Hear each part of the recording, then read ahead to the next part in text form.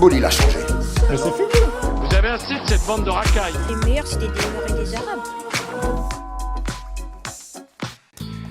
Salut à toutes, salut à tous et welcome to the zone, comme on dit outre-Atlantique. On se retrouve après un mois de rien. Bah ouais, un mois sans se parler à l'antenne. C'est vrai? Ouais. Jo Bellin aussi, mais j'ai un peu plus de mal à le c'est faire. Jo Bellin en face de nous. J'avais l'impression que c'était Patrick Boel. Bonjour à tous et bienvenue dans la zone. Je sens que tout le monde est très très chaud. Allez, ouais, quand même, je vais vous présenter. Même s'il y en a qui ont un petit peu grillé la priorité, on va commencer avec Bobo, capitaine Bobo. Comment ça va? Ça va, content d'être là. La dernière fois qu'on s'était vu sur ce plateau, c'était avant le match aller, c'était au moment du tirage au sort de la Ligue des Champions pour le quart de finale. On savait que le PSG allait recevoir le FC Barcelone. Et là, donc, on se retrouve après le match aller. Bobo, bonjour, comment ça va? Écoute, ça va, je vais. Est-ce que tu vas retirer les lunettes? Sourire, fringant, Bonjour à très tous. bien coiffé. Écoutez, je suis en mode Ligue des Champions, moi, il n'y a pas de souci. Après, chacun fait comme il veut. Ouais, Voilà. t'aurais pu repasser ton t-shirt. Tout à fait. On a des choses à dire, j'ai l'impression. On y va? On ouvre l'émission? Parti. Let's go. Avant d'ouvrir l'émission, je vois que Bobo est venu... Pas les mains vides. J'allais dire accompagné, carrément, on a vu de nombreux... Alors, présente-nous, qu'est-ce que tu nous apportes un petit peu? Qu'est-ce que tu nous as Je vais concocté? montrer à Mani. Tiens, regarde Mani. Tu vois ou pas Mani, comme ça? Alors, si tu j'en penches... ai perdu- Oh non! j'en ai perdu Il a un tout en route. fracassé, il a trop fracassé. Qu'est-ce que c'est? On n'a pas de caméra portable. Écoute, mais je on- reviens de Lyon, où j'ai été voir mes amies lyonnaises.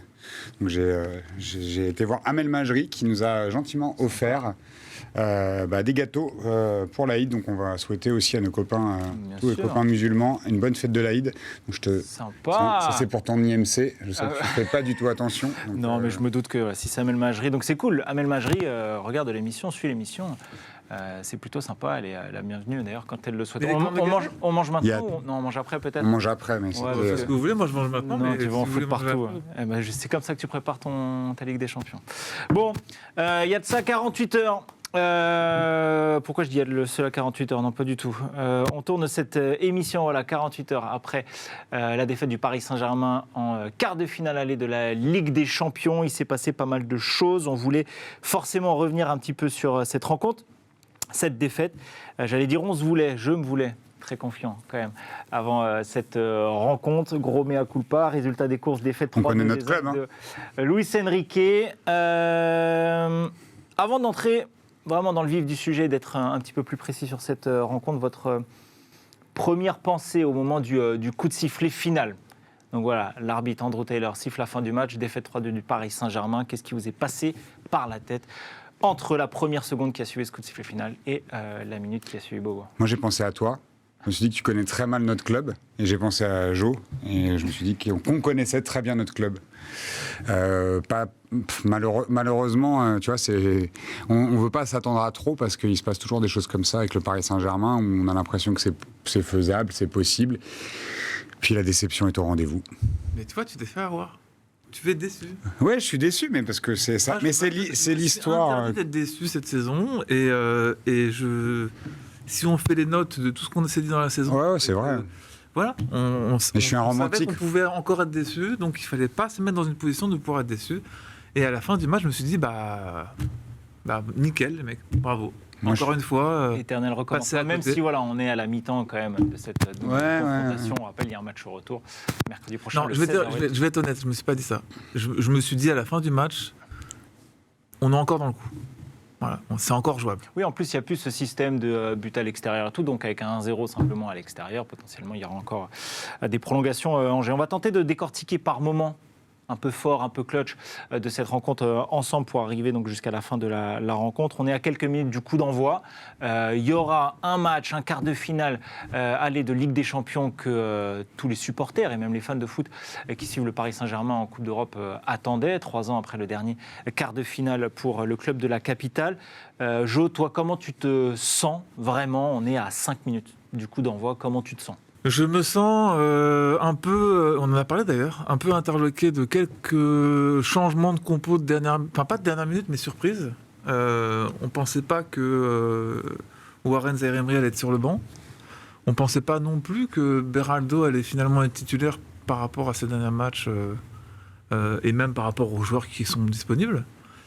Donc voilà, tout le monde pensait que Marquinhos allait jouer à droite, Marquinhos a été placé latéral droit. Asensio, pourquoi pas, ça ne me dérange pas, mais en revanche, Warren sur le banc, j'étais un peu surpris, quoi. Et Beraldo aussi, ouais. Et toi, Bobo, c'est la compo aussi qui te revient en tête, là, quand tu es à 5 minutes de coup d'envoi, tu te dis, là, ce que je comprends un petit peu dans ce que nous dit Jo, c'est, bon, ça va falloir être En fait, quitte à faire un coup, tu vois, bon, le milieu, je comprends pas. Warren derrière moi, je comprends pas. Mais après, quitte à faire un coup devant, Asensio, pourtant que c'est un joueur que j'aime beaucoup, je comprends pas non plus. Je pensais qu'il y aurait une surprise sur Gonzalo Ramos, tu vois, qui enchaîne les bonnes perfs en rentrant en cours de jeu. Je me dis, quand tu as un attaquant qui est en telle confiance, si tu veux vraiment tenter quelque chose, essaye de lui donner vraiment confiance et lui montrer ce qui est. C'est pas logique par rapport à ce qui se dessinait. C'est ça que tu veux dire aussi. Ouais, parce que j'ai eu l'impression que même il y avait une espèce de complicité qui commençait à se créer entre Mbappé et lui, qu'ils arrivaient à se trouver, tu vois, à combiner. Ouais, contre Clermont, c'est les deux qui amènent le point de vue. Ouais, puis pas que il y a contre Clermont, mais ils sont tous les deux plutôt vers la fin du match, mais.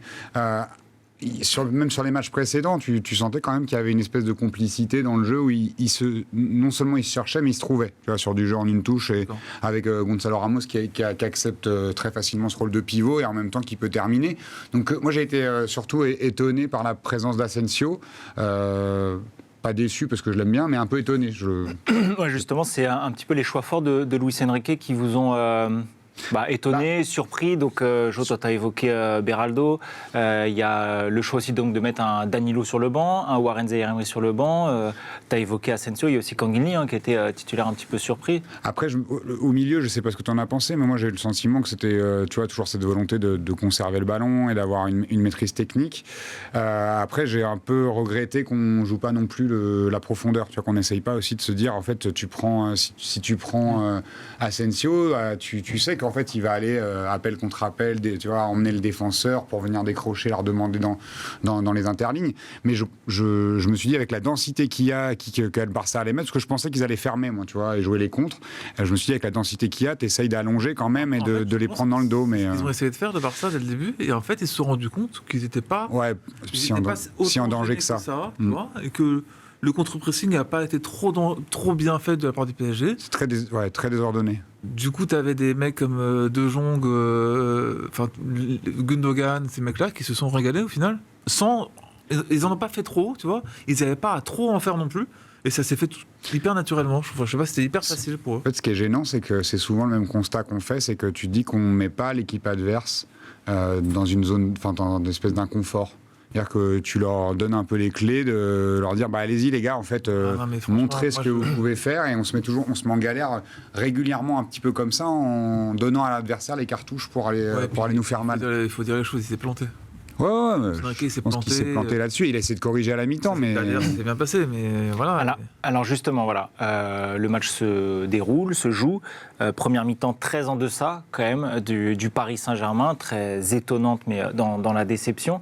Vous retenez quoi de cette première mi-temps ? Toi, tu parlais du fait que le PSG n'arrivait pas du tout à perturber cette équipe barcelonaise, qui au final était plutôt tranquille, qui avait le contrôle du match. Au-delà de ne pas réussir à contrôler, moi j'ai quand même été un peu inquiet sur la fébrilité défensive, tu vois, sur des trucs d'attitude même, encore une fois, manière de reculer ou de sortir à contre-temps. Beraldo, 1 ou 2 fois, il sort à contre-temps, il est loin de Lewandowski et en même temps ça part dans son dos. Donc tu vois Ter Stegen qui a 2 doigts de faire une passe D, tu vois, je comprends ce qu'il veut faire, mais il est tellement en retard que ça en devient un peu gênant, quoi. Et puis ça, tu vois clairement que c'est des schémas qui ont été travaillés par le Barça et qui sont clairs, quoi, tu vois. C'est-à-dire qu'ils sont arrivés avec un plan, c'est aspirer un des 2 défenseurs centraux vers le milieu de terrain pour jouer la profondeur derrière. Exactement. Et ils se sont fait plaisir. Mais ouvrir. Ce qui est étonnant, c'est de voir à ce niveau-là, professionnel, oui, ok. Bon, est-ce qu'on peut dire on attend encore un peu on attend encore un peu. Oui, Beraldo, c'est sa première grosse expérience européenne, son premier match en Ligue des Champions, en Coupe d'Europe, c'était le match aller contre la Real Sociedad, mais à ce niveau-là, de voir un défenseur central, tout jeune et inexpérimenté qu'il est, suivre Robert Lewandowski jusque dans sa partie de terrain quand tu es défenseur central et donc que tu laisses à 50 mètres de libre, faire de l'individuel contre le Barça, moi je comprends pas trop parce que tu sais qu'ils vont dézonner énormément et en fait on a subi tactiquement, quoi. On a subi individuellement, on a subi tactiquement et je trouve que c'est là où c'est décevant en fait, au-delà du résultat et où on se dit tu vois, c'est pas le match de la veille même les deux matchs de la veille où il y a il y a des buts, etc. Mais ça se rend coup pour coup. Nous, j'ai l'impression qu'on a donné le bâton pour se faire battre. Tu vois, et puis c'est là que tu vois aussi que on sait depuis le début de la saison que Luis Enrique c'est un entraîneur de possession, qu'il a une équipe de transition. Le fait de jouer le Barça, et ça s'est vu dans la conf d'avant-match, il avait quand même quelque chose, il avait envie de prouver quelque chose. C'était quand même un entraîneur de possession. Il l'a dit d'ailleurs qu'il était un peu plus. Il a dit c'est lui l'ADN du Barça. Ouais. Voilà, tu vois, étiqueté Barça que Xavi. Et je pense qu'il y a eu ce côté d'ego un peu où il a voulu se mettre dans une position de regarder, on va contrôler le jeu. Pour ça qu'il a rajouté Asensio, je pense, tu vois, et Kangili, et avoir une équipe qui soit un peu plus technique, tu vois. Je pense aussi que c'est pour ça qu'il n'a pas mis Danilo, parce qu'il voulait une relance propre en défense centrale. Oui, parce qu'il pensait avoir... Et Beraldo a une meilleure relance, même si c'était un moins bon défenseur peut-être aujourd'hui, mais il a une meilleure relance. Mais je pense qu'il s'est planté complètement. Parce que ce qui fonctionnait avant, ça a été justement des attaques rapides en transition avec des Barcola, des mecs comme ça. Mais de mettre... Moi, j'étais persuadé qu'il allait mettre Dembélé en 10 comme il a fait, avec Mbappé et Ramos, tu vois, par exemple. Ou Kangili, si tu veux, mais Kangili, je l'aurais mis plus haut. Mais après, voilà, on a manqué... Vous pensez que les joueurs sont un peu conscients Moi, j'ai un peu du mal à comprendre le système de jeu, en fait, Luis Enrique, sur certains gros matchs. Celui de mercredi dernier en fait partie. Est-ce que vous pensez que les joueurs sont un peu conscients de la manière dont ils jouent ? Ou est-ce que c'est un petit peu advienne que pourra, on voit en fonction où est le ballon Vraiment, là, c'est de manière très transparente. Je pense pas. Bon, non, je ne suis pas persuadé de ça non plus. Ok. Je pense qu'il cherche à avoir le contrôle technique de la possession, vraiment un type Barcelone avec une équipe qui n'a pas forcément les qualités pour. Ouais. Et quand qui n'a pas encore les qualités pour, en tout cas. Et quand tu as un Dembélé qui va te prendre le ballon et essayer de passer 5 joueurs pour la perdre, ce qu'il fait beaucoup trop souvent, c'est chiant, quoi. C'est chiant parce qu'à côté, tu as des mecs comme... En fait, il y a des mecs qui ont un ADN espagnol. Que ce soit Asensio, même s'il n'a pas été bon, Fabien Ruiz, même Kangini qui a quand même cet ADN espagnol. Il est même plus espagnol que coréen dans sa façon, culturellement dans son football. Ouais. Je pense qu'il essaie un peu de forcer ça, Luis Enrique. Ça devrait marcher, mais ça n'a pas du tout fonctionné. Deuxième mi-temps arrive, nouveau choix fort made in Luis Enrique pour cette deuxième mi-temps. Il sort Asensio, qui a été l'un de ses choix surprises et forts en première mi-temps. Et il fait rentrer Bradley Barcola, qui n'avait pas joué depuis plus d'un mois, peut-être même près de 2 mois. Là, il revient pour un match très important en Ligue des Champions. Le PSG perd 1-0. Et là, on a 5 minutes de folie. Et le PSG qui revient un partout. Plus 3 semaines que 2 mois, mais... Ah, c'était un mois de... C'était avant le Classico, non ? Ouais, je m'emballe un petit peu, alors ok. Ouais. Donc il a loupé un mois de compétition avec le Paris Saint-Germain. Et puis là, on a 5 minutes de vraie folie où le PSG va égaliser puis mener 2-1 grâce à Vitinha et puis Ousmane Dembélé. Celui à qui on réclamait tant de faire trembler les filets, il y parvient contre son ancien club. Là, on est à la 51e, 52e minute de jeu. Le PSG revient dans ce match. Le PSG mène 2-1 à domicile contre son éternel rival. Qu'est-ce que vous vous dites ? Est-ce que vous dites, ça y est, enfin le PSG rentre dans son match ? Comme je suis un éternel optimiste, je me dis complètement ça. J'ai envie d'y croire en tout cas, parce que tu te dis, ok, ça a bégayé, et peut-être qu'encore une fois, on ne va pas maîtriser le match, mais on peut le gagner, parce qu'on a quand même des fulgurances et qu'on est capable de renverser les matchs. En plus, on a dans la foulée, tu as une occasion de Barcola, puis une occasion de Dembélé, où tu te dis que tu peux quand même bien tuer le match, et l'occasion du 3-1, elle est là, en tout cas avec la frappe sur le poteau. Lui, il a 2 occasions, parce qu'il y en a une qu'on oublie, c'est celle où il a 3 mètres d'avance. Et il tergiverse, et là il y a le défenseur. Le retour de Araujo. Alors que pour moi, celle-là, c'est une vraie occasion. Le poteau, c'est un truc un peu arraché, mais pour moi, celle-là, c'est... Après, c'est un sacré retour qu'il fait, parce que quand même, il y a un truc de maîtriser la vitesse, de maîtriser la course, etc. Mais... C'est le meilleur défenseur du monde pour moi. Donc, voilà, il y en a qui me disent, c'est qui Araujo ? Mais c'est vrai que en tout cas, tu as 10-15 minutes où en fait, tu peux plier le match. Ouais. Tu peux Et le en fait, plier. Barcola fait ce que Dembélé aurait dû faire depuis Ouais. le début du match. Ça part de là. Parce qu'en fait, il prend la profondeur. Il ne reste pas à demander le ballon en retrait pour essayer de faire la différence balle au pied, ce que fait déjà mal Mbappé de l'autre côté. Donc, si personne ne prend la profondeur, t'es bloqué au milieu de terrain contre le Barça. Et c'est ce qui s'est passé. Ouais, et puis l'entrée de Zaïre Emery a apporté ça aussi, parce que lui s'est énormément projeté en allant demander la balle quasiment devant les 20 mètres, tu vois. Surtout de l'aspect physique. Exact. En rajoutant de l'impact, en rajoutant puis de multiplier les courses. Enfin, tu vois, il y a ça aussi. On a apporté du volume, ce qui avait beaucoup manqué, je trouve, en première mi-temps, où on contrôlait pas, mais en même temps, il n'y avait pas le contre-pressing. Et ça, Zaïre Emery l'a apporté. Donc, je trouve que dans l'impact physique, ça a été beaucoup plus intéressant. Dans la projection, ça a été plus intéressant. Et c'est ça aussi, je pense, qui a déstabilisé le Barça, mais qui... Après, tu mets pas tes occasions et puis tu as le deuxième but du Barça qui arrive et je pense que ça leur coupe un peu les jambes, mais moi je le voyais pas arriver, le but du Barça quand on le prend. En fait, sur ce match, il y a un manque de maîtrise. Ouais, c'est total sur le match. Tu le prends parce sur que tu l'événement. maîtrises pas, tu prends le contre. Tout le monde se trouve un peu. On n'a pas parlé de Donnarumma, mais bon. Moi, je pense vraiment, je vais le dire encore une fois. Voilà. Il s'est passé ça parce qu'il y avait le retour de Marquinhos dans l'équipe. Et il a tenu 18 minutes. Mais non, mais je l'avais dit avant, tu vois, avant le match. Je le disais avant sur le match. sur le premier but, il est loin. À un moment, je me dis, où est Marquinhos? Il est à 50 mètres. Il est à 5, il doit prendre Rafinha à un moment donné. Je te dis pas qu'il doit être dessus au départ, parce qu'au départ, il fait pas le retour. Hein. Il fait pas le retour. Et puis, on le voit trottiner un peu sur l'écran. Enfin, tu vois, c'est un peu même inhabituel de sa part quand même. De ne pas faire le retour défensif. Oui, mais de ça. par aussi son positionnement à ce moment-là aussi du terrain. Il a déjà joué latéral droit, mais cette saison, c'est la vraie première fois qu'il joue latéral droit Marquinhos. Luis Enrique a aussi cette fâcheuse tendance à tout le temps changer ses... C'est une question d'état d'esprit. Tu les vois, quand il est là, regarde Donnarumma. Donnarumma était très bon quand il n'était pas là. Il n'y avait rien, quoi. Tu vois, il n'y avait pas de fébrilité, il n'y avait pas de... Je ne sais pas comment te dire, mais... Un mois, on se disait même... Moi, j'ai même vu des reportages Canal avant le match où il disait Luis Enrique apporte de la sérénité dans cette équipe. Parce que depuis 3 semaines, ça se passe bien, tu vois. Et oui, aussi son côté gestion de groupe, super bien. Et là, j'ai retrouvé le PSG que je déteste depuis 10 ans, quoi. L'aveu de faiblesse, on y viendra après, mais c'est que c'est finalement Hernandez qui finit arrière droit, quoi. Ouais. Donc, je sais pas, je pense que c'était la première fois de sa vie qu'il devait jouer arrière droit, mais... Mais au final, il y a plein de points d'interrogation autour de cette rencontre, que ce soit sur les performances de certains joueurs qui étaient à ce niveau-là ces dernières semaines, qui ont fait un match comme ça. Donnarumma, tu vois, moi je ne jette pas la pierre cette année parce qu'on lui avait tapé dessus les années précédentes sur son irrégularité ou le manque de concentration. Je crois que là, depuis le début de la saison, il y avait quand même une certaine montée en puissance, en tout cas. Et si Paris est en quart de finale, c'est aussi grâce à lui. Grandement grâce à lui. Il fait énormément de matchs où il a 7-8 arrêts genre très très très décisifs.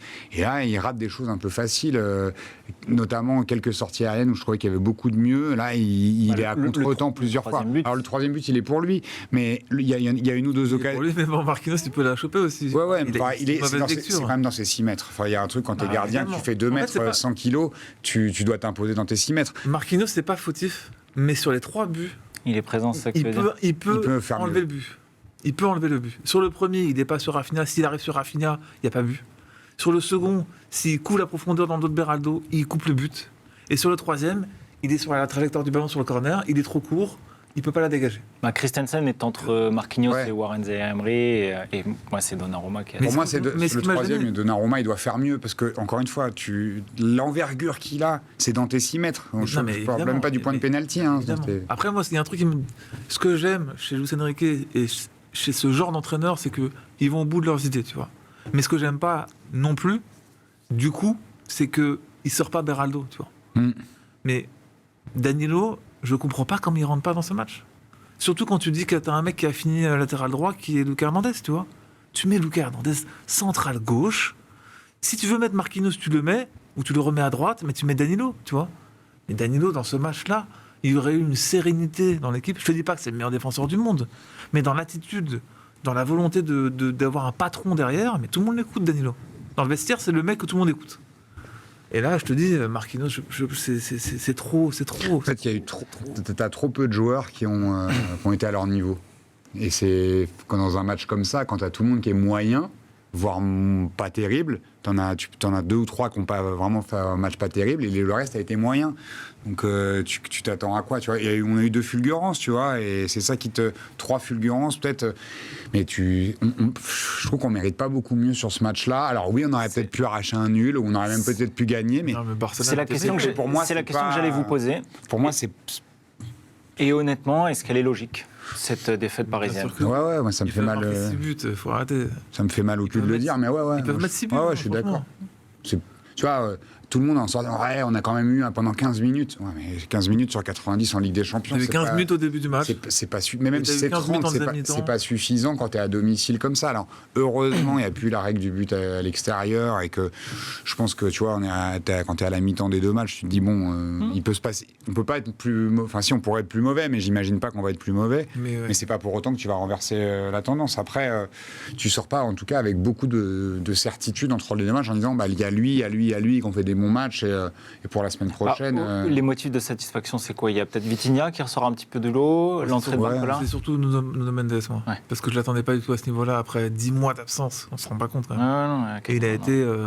C'est le mec qui a créé le plus de danger sur l'équipe adverse. Quoi. Ouais, C'est même le seul qui a proposé du danger permanent. Je crois Le que seul. c'est le seul joueur à avoir passé Jules Koundé dans Ouais, cette non, mais rencontre. après, Ouais, Koundé, vrai c'est un bon défenseur. Mais tu vois, genre. On parlera après de Mbappé, j'imagine. Mais avant ça, je trouve que sur ce match-là, on a vu le vrai niveau du Paris Saint-Germain, tu vois. Et tout le monde le sait que c'est ça le vrai niveau. Mais Le les gens vrai oublient. niveau Paris Saint-Germain de cette saison cette 2023-2024. Mais Ouais. si tu regardes Ouais. l'effectif du PSG depuis le début de la saison, depuis vraiment le mois d'août, on le dit, c'est ça. Ils en ont pris 4 à Newcastle.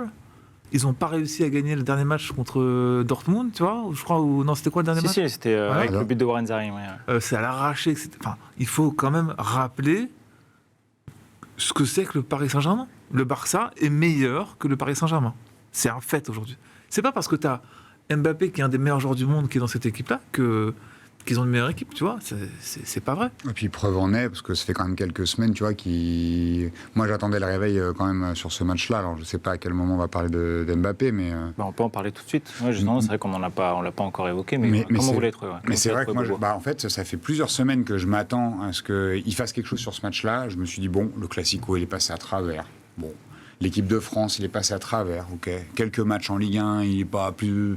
Et on lui pose la question. Vous voyez un joueur qui a l'air d'être. C'était quoi le terme Perturbé. exact? Perturbé. Et il en rigole. Bah moi, après ce match-là, je me pose quand même la question, tu vois, est-ce qu'il est perturbé ou pas? Parce que il est. Pas, hein. Mais en tout cas, il est moins bon. Et dans un match comme ça, où tu t'attends à ce qu'il soit décisif, il l'est pas. Et peut-être que c'est un axe de progression pour lui sur la Ligue des Champions, parce que tu prends tous les gros joueurs de toutes les époques, etc. Là où ils sont bons, c'est dans les gros matchs. Moi, qu'ils soient pas bons contre Non, mais- Clermont ou Ouais, mais whatever. là, le problème, c'est qu'il a mis un triplé en finale de Coupe du Monde. Tu peux pas Ouais. dire ça. Le problème, Je te c'est parle en que- Ligue des Champions avec le Paris Oui, Saint-Germain. oui, mais avec le Je parle pas avec l'équipe de France. mais- Historiquement, à Barcelone, il en a mis 3, Ouais. au Bayern, enfin. C'est juste que là, je- malheureusement, l'équipe de cette année n'a aucune autre force que lui. C'est ça le problème. Et le jour où il va être muselé, parce qu'il s'est pas. En fait, Mbappé, les gens le comparent à Ronaldo, tu vois, ou à Cristiano Ronaldo. Les gens le comparent à. Mais c'est pas du tout le même niveau. C'est un très très bon joueur qui a des qualités exceptionnelles de finition, de vitesse. Mais il a beaucoup de lacunes, ce joueur, tu vois. Il pense qu'il a la technique d'un Cristiano Ronaldo. Mais Cristiano Ronaldo, à 22 ans, il faisait des pubs Nike où il passait 7 joueurs, tu vois. À Manchester United, il driblait 3-4 joueurs. Mbappé n'a jamais dribblé quelqu'un. Il a pris quelqu'un de vitesse. Il a déjà fait un double contact sur une action, etc. Mais c'est un joueur qui est bien loin du niveau des meilleurs joueurs de tous les temps dont on parle, tu vois. On a eu des exemples de Messi, de Cristiano Ronaldo pendant 18 ans. Il faut juste remettre les choses à leur place. Tu as des joueurs qui sont très bons aujourd'hui, dont Kylian Mbappé fait partie. Il y a des joueurs qui passent à travers beaucoup de matchs. Haaland, Mbappé, les meilleurs joueurs du monde aujourd'hui. Si tu enlèves si tu enlèves De Bruyne, si tu enlèves Bernardo Silva, des mecs comme ça, même un Foden, il est absent sur beaucoup de matchs. Il a des fulgurances extraordinaires. Mais en termes de constance, tu n'as quasiment aucun joueur aujourd'hui qui sont bons à tous les matchs. Tu vois, aucun. Donc, le match qu'il fait, il a été muselé. Ils ont mis Koundé et Araujo sur lui. Il a rebondi 1 ou 2 fois sur Araujo après avoir passé, entre guillemets, Koundé. Mais il a fait son match sur la ligne de touche après. Hein. Après, moi, ça me gêne qu'il n'arrive pas à passer Koundé, je t'avoue, parce que, alors oui, c'est un bon défenseur, mais c'est pas non plus, tu vois, moi, c'est pas déjà, il est pas arrière droit à la base, et que tu n'arrives pas à passer Jules Koundé, j'avoue, j'ai du mal un petit peu à comprendre qu'on n'arrive pas à faire des différences comme ça. Il lui a enlevé les espaces.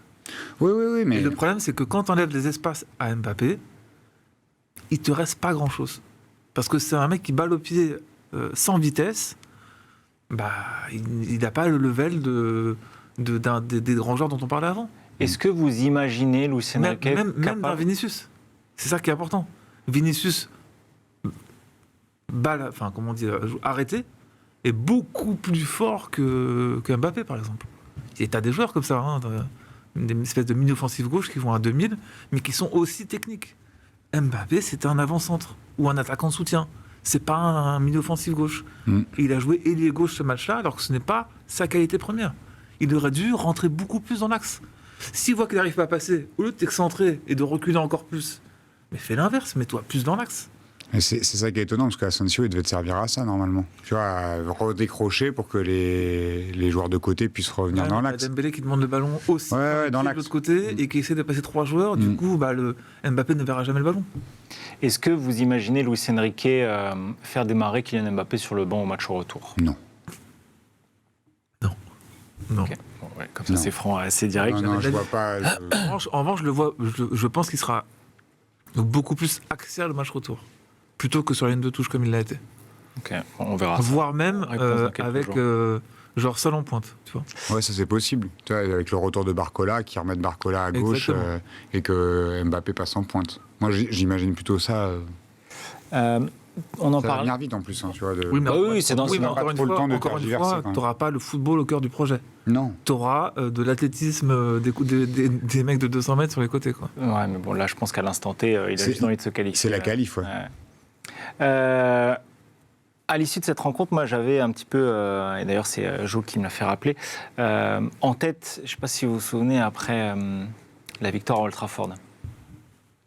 2-0 avec un but de Kipembe et un but de Kylian Mbappé. Kylian Mbappé qui dit en sortie de match, arrêtez de nous vendre la peur. Comme quoi les médias et les fans de foot, justement, ne croyaient pas forcément aux qualifications du Paris Saint-Germain et cherchaient à vendre la peur pour vendre un petit peu des journaux et puis mettre la pression sur le Paris Saint-Germain. Est-ce que vous pensez que c'était complètement l'inverse?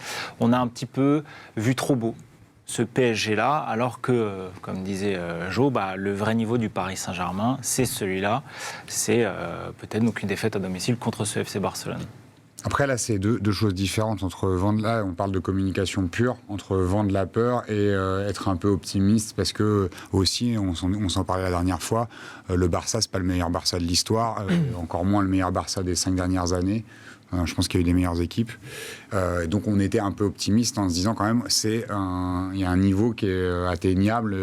Tout est ouvert sur cette double confrontation-là. Donc quelque part, en termes de communication pure, moi je suis un peu plus... ça me convient mieux en tout cas qu'on ne soit pas toujours en train de dramatiser et de... Parce que finalement, c'est qu'on vend pas de la peur, mais on vend du fantasme. Parce que le fantasme aussi, il fait réagir, il fait commenter, il fait partager, c'est ça. Tu vas dire un truc, nous on le voit déjà sur nos émissions, des fois sur les titres de nos pastilles, on voit que les commentaires, ils répondent avant d'avoir regardé la vidéo, parce qu'on dit tout l'inverse dans la vidéo. Donc, vendre la peur, c'est ça. Nous sommes des putaclics. Mais vendre la peur, c'est ça. Non, nous, on répond, on y répond en plus aux questions, généralement. On pose une question, on y répond. Alors que, généralement, les médias traditionnels, en termes de communication, il y a quand même quelque chose qui est assez vendeur, d'aller taper, en tout cas, sur le Paris Saint-Germain, parce que... Et je pense pas que... je pense que c'est vraiment un truc, c'est pas qui nous voit nul, ou que... Non, c'est juste vendeur de le faire comme ça. Donc, on nous vend les parigots. Ouais, on nous vend la peur parce que c'est vendeur et que quelque part, on a plus envie de... C'est très, très franco-français d'avoir toujours un peu de mal à avoir envie que l'équipe qui est censée nous représenter gagne. On a envie on a envie de l'avoir béton. Donc il y a un truc un peu comme ça. Mais ça, pour moi, c'est vraiment une question de communication. Donc je préfère finalement, quand sportivement on laisse un peu tranquille en se disant tu vois, tu dis les termes avant le match, on se dit c'est pas le meilleur Barça. On a raison d'y croire.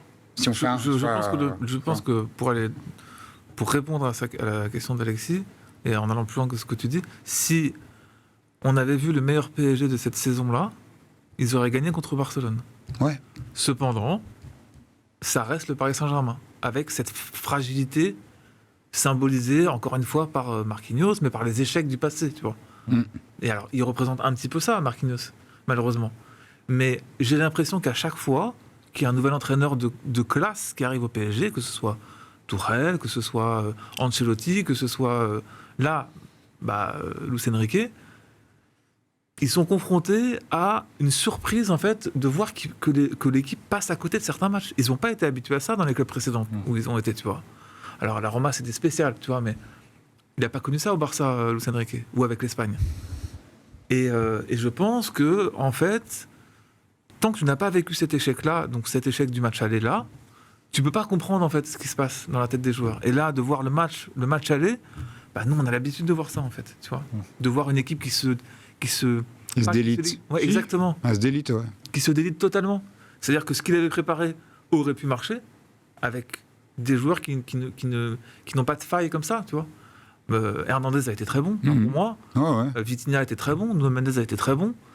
Voilà. Après, le problème, c'est qu'on achète des joueurs qui ne sont pas forcément extrêmement forts mentalement ou qui ne sont pas forcément des leaders. Et c'est pour ça que je te dis qu'un mec comme Danilo, pour moi, doit commencer ce match-là. Et doit être là au retour. C'est obligatoire. Excuse-moi. Mais j'allais juste conclure, tu vois, sur la partie, tu vois, est-ce qu'on est trop dur ou vend de la peur, etc. J'ai vu la une de l'équipe le lendemain. Je trouvais que c'était assez sympa quand même. Ouais. Hein. C'est une pente à remonter. Alors, ok, il y a la petite vanne remontée, etc. Mais ils auraient pu les assassiner. Et je trouvais que c'était ok, tu vois, dans un entre-deux. Tu préfères gagner 4-0 à l'aller, là, ou perdre 3-2 ? En sachant qu'il y a eu la remontada la dernière fois. Moi, j'aurais préféré gagner 4-0. Ça, c'était. Moi, je suis pas superstitieux, donc. Non, mais ma question, c'est de te dire, voilà, je me dis, si on avait gagné 2-0, on serait là-bas, on se serait raconté là-bas, tu vois. Tu penses ? Moi, je pense qu'on aurait baltringué, moi, à 2-0. Là, on va y aller pour se qualifier. Ouais, mais est-ce que c'est peut-être pas finalement mieux ? Si. Ah ouais. D'accord. Mais dans l'absolu, moi, en tant que, tu vois, pour ma tranquillité d'esprit, j'aurais préféré qu'on gagne 4-0. Après, je pense que ça va nous faire du bien parce qu'on n'est jamais meilleur que quand on est dos au mur. Nous, petite claque. Notre problème, c'est toujours de se voir trop beau. De toute façon, quand on gagne, on se fait défoncer au match retour. Tu parles du 2-0, on a vécu le 3-1 au retour contre Manchester United, tu vois, sur cette double confrontation-là, avec un United éclaté au sol, qui était nul en plus à l'aller et au retour, et on se fait manger. C'est vrai que on se fait manger au retour, quoi. C'est fou. Hormis affronter un monstre qui peut être une grande équipe, tout dépend du PSG. Et au match retour, encore une fois, tout dépendra du Paris Saint-Germain. Si jamais ils font le match qu'il faut en transition, en contre-attaque, etc., et que les joueurs sont à leur level et qu'il n'y a pas d'erreur et que Marquinhos est blessé, ça passe. Pour moi, le plus grand match, tu vois, de la première partie de l'ère Qatari, ça a été le match contre Chelsea. Et le 3 avec le but de... Non, le match retour. Celui où il y a un partout et 2-2. Ah oui, ouais. Et en fait, ce match-là, enfin, c'est cette double confrontation, au match aller, on n'est pas bien. On dit on va aller jouer à Chelsea. Et finalement, ça a été l'acte fondateur, tu vois, de cette équipe qui s'est construite autour de ce match, de cette qualification acquise à Chelsea, alors que 2 ans avant, voilà, 10 contre 11 avec l'expulsion de Zlatan au tout début du match, et on restait quand même sur l'élimination avec le but de Dembaba quelques années avant. Ce qui est dingue, c'est que tu savais 100% que ça allait passer, genre à 2-1, etc. Tu sais que ça va passer. Et moi, je me souviens très bien, j'étais avec mes potes. Et on savait que ça allait passer. Et le corner arrive, et il y a but, et on sait qu'il y a but, tu vois. C'était fou. Et là, il y a un petit peu moins d'un mois, vous saviez que ça allait être compliqué face à CFC Barcelone. Non, au contraire. C'est qu'on sait que ça peut arriver. C'est pour ça qu'on était si, pas défaitiste, mais un peu, toi, tu étais un peu enthousiaste, enfin, volontairement, tu voulais nous chauffer un peu, tu vois, comme un mauvais bougre. Mais, tu vois, mais le truc, c'est qu'on connaît notre... C'est toi qui as raison. Ouais, mais c'est pas... Le Paris Saint-Germain on connaît notre club. Bon, là, on a l'ADN, on est beautiful loser, tu vois. Il y a ce truc de... Soit on tombe de très haut, soit on renverse une situation, mais il n'y a pas un truc... On n'est pas propre, on n'est pas carré, on n'est pas une équipe, on n'est pas un rouleau compresseur. Quand vous voyez les autres concurrents en face, le Real, City, le Bayern, je mets même Arsenal dedans, l'Atlético, est-ce que pour vous, le PSG fait partie de cette même catégorie ou pas ? Pour moi, c'est pas ça qui fait la différence. Tu vois, tu peux ne pas faire partie de cette catégorie-là et aller au bout. C'est pas un. Moi, L'équipe est tellement différente. On n'est pas au même niveau qu'eux. Donc, si tu voulais en parler, on parle de catégorie. Tu regardes tu regardes Real City, on n'est pas au niveau ni du Real ni de City sur ce match-là. Enfin, je sais pas. Franchement, je sais pas. Je sais pas du tout. Parce qu'en fait, techniquement, il y a quand même pas beaucoup de déchets. Tu vois, là où j'ai trouvé que le Real, si t'enlèves les 2 buts qui marquent, qui n'existent pas, ils se font quand même. Les 2 buts qui n'existent pas. La frappe de Camavinga qui est contrée complètement. Ouais. Et le but de Rodrigo, c'est un peu un coup de chat quand même. Ouais. Mais après, il y a beaucoup de réussite quand même. Après, tu vois, on parlait du milieu, le déchet technique au milieu au Real, il n'y en a pas beaucoup. Tu vois, les ouvertures de cross. Alors j'ai trouvé que le milieu de terrain du PSG était assez correct contre le Barça. C'est pas ce qui m'a le plus choqué, tu vois. Moi, je nous ai trouvé quand même pas. Moi, j'ai vu que Vitinha. Ouais, moi, je suis d'accord. Fabien Ruiz. J'ai trouvé Ruiz mieux que d'habitude. Mais après, c'est jamais suffisant, Fabien Ruiz. Mais si tu rajoutes Zaïre Emery là-dedans dans ce trio, pour moi, ça tient vraiment la route. Donc, comment vous l'imaginez un petit peu et après, je pense qu'on va boucler cette émission là-dessus. Comment vous imaginez le retour? On rappelle, c'est mardi prochain, donc dans un petit peu moins d'une semaine. D'un point de vue compo, comment vous imaginez les choix de Luis Enrique, même si on sait qu'il est amateur de bonnes surprises? Toi, Bobo, tu disais on est meilleur que quand on est dos au mur. Toi, Jo, comment est-ce que tu imagines un petit peu tout ça? Il y a 2 solutions. La première, c'est qu'ils remettent Beraldo pour aller au bout de son truc et qui construit. J'y crois pas, moi. Tu préfères un entraîneur qui meurt avec ses idées au prix d'une qualification? Je me dis que, en fait, il est dans un délire où il se dit voilà, je vois pour l'avenir et ma charnière de l'avenir, c'est Beraldo Marquinhos. Ce qui me ferait vraiment chier. Ça marche aussi pour Marquinhos. Pour moi, ce n'est que mon avis, mais le meilleur axe du PSG, c'est Hernandez, Danilo. Mais il mettra certainement Hernandez, Marquinhos. Moi, je pense aussi, et je pense qu'il va mettre. Sachant qu'il y a le retour d'Hakimi. Exactement, c'est qu'avec le retour de suspension d'Hakimi, pour moi, la question, elle va être tranchée avec Hakimi à droite, Mendes à gauche. Et il va mettre Marquinhos avec Hernandez. Voilà, après le milieu à 3, Zaïre Emery sera là. Et devant, il fera un coup où il met Barcola, où il met Ramos, mais il ne mettra personne d'autre, je pense. Moi, je pense peut-être Kolo Muani pour la profondeur. Je pense qu'il va mettre Mbappé en pointe et qu'il va mettre Barcola à gauche et Dembélé à droite. Enfin, je pense aussi, mais est-ce que Barcola tient? Je ne sais pas, c'est ça le truc. Mais je pense qu'il fera ça. Ou commencer comme ça, en tout cas, et après... Et si c'est pas Barcola, ce sera un mec qui prend la profondeur. Ouais, peut-être Kolo Muani aussi. Kolo Muani ou un... Ok, donc là, quelques jours de ce match. Mais si jamais il recommence à vouloir absolument faire une question de principe, d'avoir la possession, le contrôle du jeu avec des Asensio, avec des Kangin Lee, un choix plus comme ça marchera pas. Sachant qu'il n'y aura pas Sergi Roberto ni Christensen au match retour. Ouais, mais pour moi, il faut du pragmatisme. Là, c'est plus tant pis si c'est pas les idées directrices de ce qu'il veut faire. Là, tu as une qualif en jeu et moi, c'est aussi pour ça que j'adorais Ancelotti et que j'admire le travail d'Ancelotti, c'est parce qu'il y a un grand pragmatisme dans ses choix et qu'à des moments, en fait, quand il faut aller chercher une qualif, il va faire ce qu'il faut, quitte à justement enterrer un peu, enfin mettre ses idées de côté, où tu sais qu'il a peut-être d'autres velléités, et puis il se dit ouais, mais en fait où est l'intérêt de mon équipe, où est l'intérêt de l'institution que je représente, qu'est-ce que j'ai envie de faire avec cette équipe-là, et si tu veux pas avoir de regrets, c'est pas de dire je suis mort avec mes idées, c'est plutôt de dire j'ai ouais, mais il faudra pas s'attendre à avoir un beau PSG. Non, mais moi c'est un Paris Saint-Germain qui contrôle le match, qui marche sur le Barça, ou même s'il gagne, tu vois, s'il gagne, ce sera. Non, mais je pense que vous voulez voir un PSG qui se qualifie. Moi ça m'importe peu. Moi j'ai envie d'aller chercher la qualif. Oui, mais ça ne pourra passer que par un PSG à fulgurance. Ouais, je suis d'accord aussi. Que des contre-attaques, des machins, un Mbappé lancé dans l'axe à 2000. Voilà. Et pour ça, il faut laisser le ballon au Barça. Et ça, malheureusement, je suis pas sûr que l'ego de Luis Enrique. Je rejoins Jo là-dessus. Et j'aime beaucoup Luis Enrique. Donc vraiment, je dis ça. L'ego de Luis Enrique fait que je sais pas s'il sera capable d'accepter ça. Écoutez, rendez-vous dans quelques jours. Maintenant. Ça va aller vite. Ouais, ça va très très vite. Bon, c'était cool. On est plus optimiste maintenant qu'on l'était avant. Oui, c'est vrai, c'est ce que je ressens.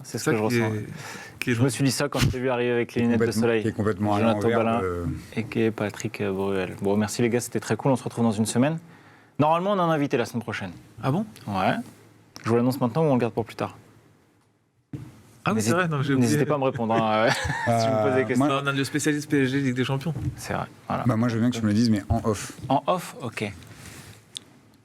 Voilà, ouais. bon, on va on va les déguster. C'est. Il m'a dit ma bite. C'était malade, toi. Alors là, c'est vraiment mal me connaître. Déjà, il dit Quelqu'un il dit ma beuteux. C'est vrai qu'il dit ma bite. Quelqu'un qui est coiffé comme ça, il ne peut C'est pas un être vulgaire. adepte du verlan mal placé, ça. Allez, J'avais on oublié. va vite clôturer cette émission. Merci à tous les deux les gars, on se retrouve dans une semaine. Et encore merci à tous les abonnés, à tous ceux qui nous regardent encore à chaque vidéo. Et donc, on n'oublie pas les paris pour le prochain match, pour le match retour. Let's go. Salut tout le monde, ciao ciao.